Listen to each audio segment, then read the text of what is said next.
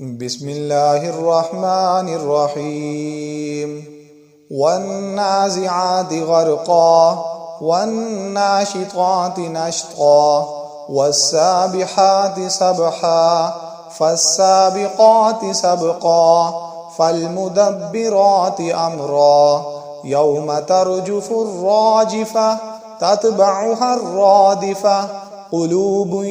يومئذ واجفة أبصارها خاشعة يقولون أئنا لمردودون في الحافرة أئذا كنا عظاما نخرة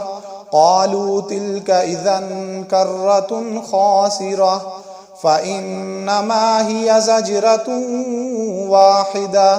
فإذا هم بالساحرة هل أتاك حديث موسى إذ ناداه ربه بالوادي المقدس طوى اذهب إلى فرعون إنه طغى فقل هل لك إلى أن تزكى وأهديك إلى ربك فتخشى فأراه الآية الكبرى فكذب وعصى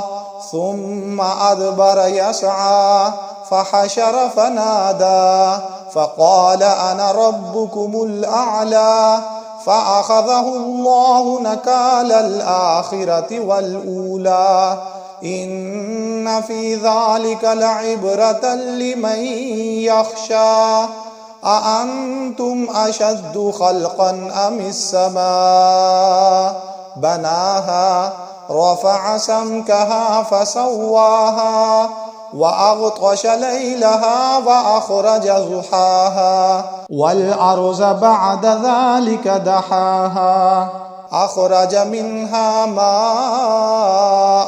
ومرعاها والجبال أرساها متاعا لكم ولأنعامكم فإذا جاءت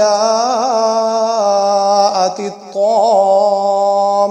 الكبرى يوم يتذكر الإنسان ما سعى وبرزت الجحيم لمن يرى فأما من طغى وآثر الحياة الدنيا فإن الجحيم هي المأوى وأما من خاف مقام ربه ونهى النفس عن الهوى فإن الجنة هي المأوى يسألونك عن الساعة أيان مرساها فيم أنت من ذكراها إلى ربك منتهاها إنما أنت منذر من يخشاها كأنهم يوم يرونها لم يلبثوا إلا عشية أو ضحاها.